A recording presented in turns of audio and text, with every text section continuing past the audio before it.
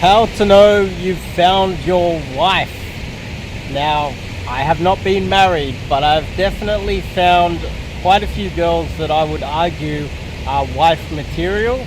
I've just had life things get in the way, and I definitely identify at least, there's been many girls, and recently as well, I've found a girl that I would say would be wife material. And I'd like to share with you my experience of dating thousands of girls over the years and give you guys my tips on what I think would be the ideal girl that you should get married to and how to identify her, if that makes any sense. Well, before we kick it off, I'm Dave, and this channel is dedicated to giving you no BS, novel dating advice for the modern man. Check out my book, The Disabled Casanova, if you would like. It is a beautiful sunny day. The quality of the camera isn't that great, and I'm in Sydney CBD at the Anzac Memorial. She gives you peace. That's probably the top of the list. She gives you peace. She's not fighting you. There's no competition. That gives you peace because you understand that you guys are a team. Now, she wants to work with you. She wants to help you. She understands that most men, like yourself, want to help her. She ultimately brings peace and stability and rationality to your life. If she's emotional, if she's chucking tantrums for no reason, she's arguing with friends and family and people for no reason and yourself and causing you lots of stress for no reason, she's not wife material. You cannot fix her. You cannot argue your way through it. You need a girl that gives you peace. And to identify a girl that gives you peace, that takes time. So there's two aspects to that. You can't date a girl for 6 months or 1 month, maybe even a year, and she's giving you peace, and then you marry her up and then she gives you drama. It can take time, and I would argue that that time frame is 2 years. So from my experience, the most recent girl she's been a regular of mine for quite a few years, and I would say that she ticks all of those boxes. Gives me peace, isn't in a competition with me. We are a team, and we've known each other long enough for me to see all of the bad sides. The second part is, are you husband material? So it's really difficult for a lot of men out there to find a good wife when you're a bad husband. Are you husband material? Do you have some emotional instability? Are you carrying baggage? Do you have something wrong with yourself that you're going to be bringing to the table? If so, then you are not husband material. And if you are not husband material, there's very little or very few women on planet Earth that are going to make a good wife for you, because you're just not husband material. All you're doing is pretty much marrying your mum. That's going to cause a lot of troubles as it is.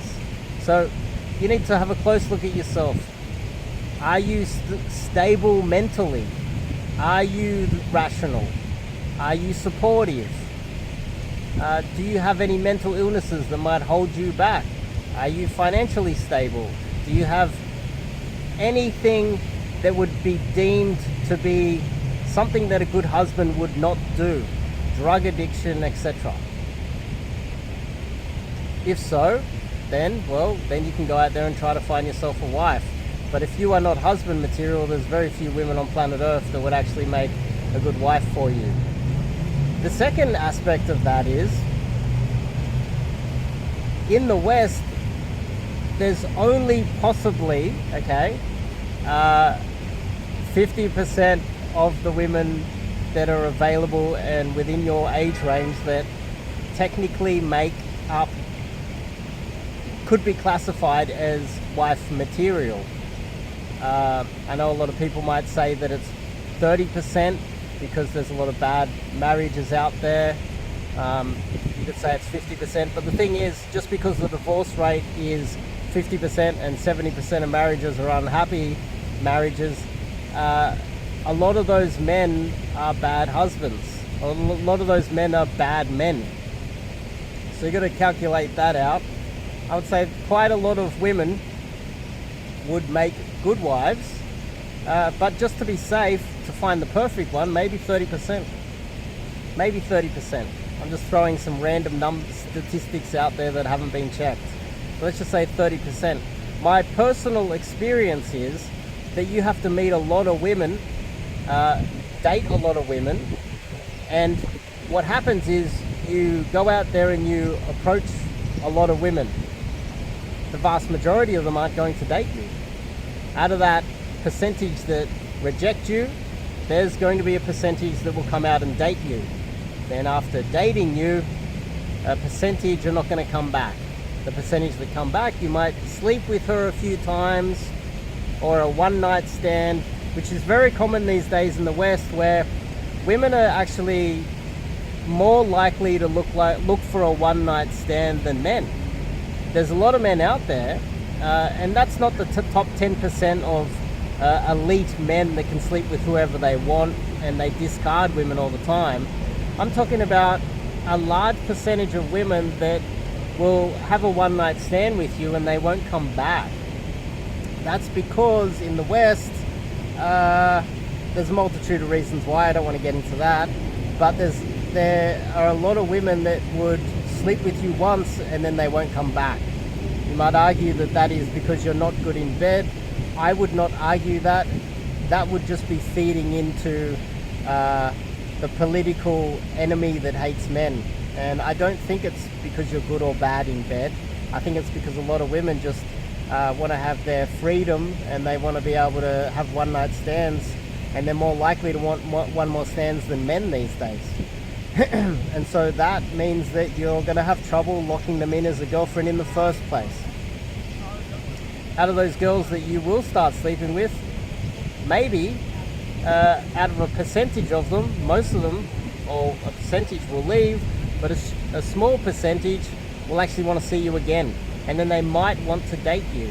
I tend to believe it's the third time you've slept with her, it increases the probability to a percentage that you can tend to feel safe that she's going to stick around. And then you start dating her, and then it's just whether she sticks around or whether you guys have chemistry, whether it works out or not. And then I would argue, as I said to you guys previously, she needs to tick all the boxes of, is she creating drama? Like, does she give you peace and things like that? Does she tick all of the boxes, and do you tick all the boxes as a good husband, possible husband? And is she irrational? Is she fighting with you, battling with you, or are you guys working as a team? And then that cuts a percentage of the girls that you're dating, and she's coming back and you guys are in a relationship, down to a smaller percentage of girls that you would deem to be wife material. And then what you need is, I would argue, over a year. I would say 2 years is a safe bet, especially because of the society we live in and the amount of emotional baggage and damaged women with all the options that they have in society. You need 2 years to fully get to know her. That's what I would argue, over a year at least. Now, when you work your way through that process, that's going to require you to not only approach or find on dating apps or however you're meeting the girls in nightclubs or whatever, meet a lot of women. You need a lot of women coming in order to get to the small amount at the very end that you're actually dating and you might find as wife material. That's if you want to succeed in the marriage game. You want to find yourself a good wife material type of a woman. If you don't, just marry the first girl you meet in the nightclub at 2 a.m. Good luck. Or meet a few girls on Tinder and just pick the hottest one, and fingers crossed everything's going to be okay. My argument here is that you need a large amount of volume of girls coming in if you want to do it properly and find a good wife that will stick with you for thick and thin and through to the rest of your life. It's going to take time. It's going to take you to meet a lot of girls if you want to get the best possible wife and be in that 30% of successful marriages that last. And I don't know what percentage of that 30% that last that are extremely happy. Probably a smaller percentage as it is. If you want to be in that small percentage, you have to put in the work. This is one of the biggest decisions that you're going to make in your life. Why not make sure that you get it right? And that means you're going to have to meet a lot of girls and date a lot of girls, and then get them to the stage where you're sleeping with them and they leave because they just want a one-night stand, because that's women today.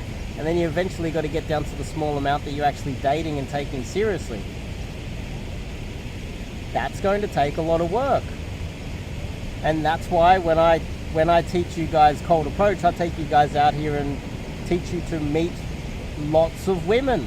And that's why. It's not because we're looking for one-night stands. That's what women are doing these days. A lot of men are looking for a serious relationship and a wife. And that's what I'm trying to help them to do.